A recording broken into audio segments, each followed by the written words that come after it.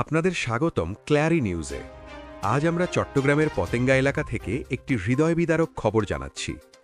রাতের আধারে এক যুবদল নেতা সড়ক দুর্ঘটনায় মারা গেছেন। বিস্তারিত জানাচ্ছি।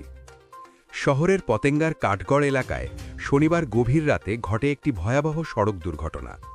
নিহত হয়েছেন ইপিজেড থানার যুবদল নেতা আজম সোহেল, বয়স 40। দুর্ঘটনার সময় রাত 2:45 সি বিচ থেকে কাঠগড়গামী সড়কে।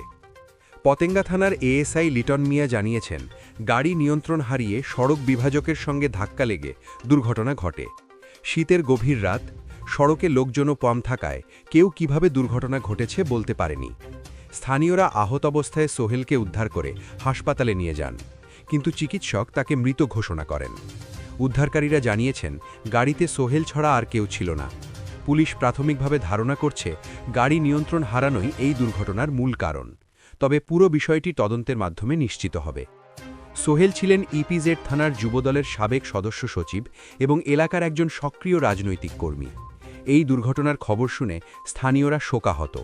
তিনি যুব সমাজের মধ্যে সবার কাছে পরিচিত ও প্রিয় ছিলেন। এটি ছিল পতেঙ্গা থেকে আমাদের জরুরি সংবাদ।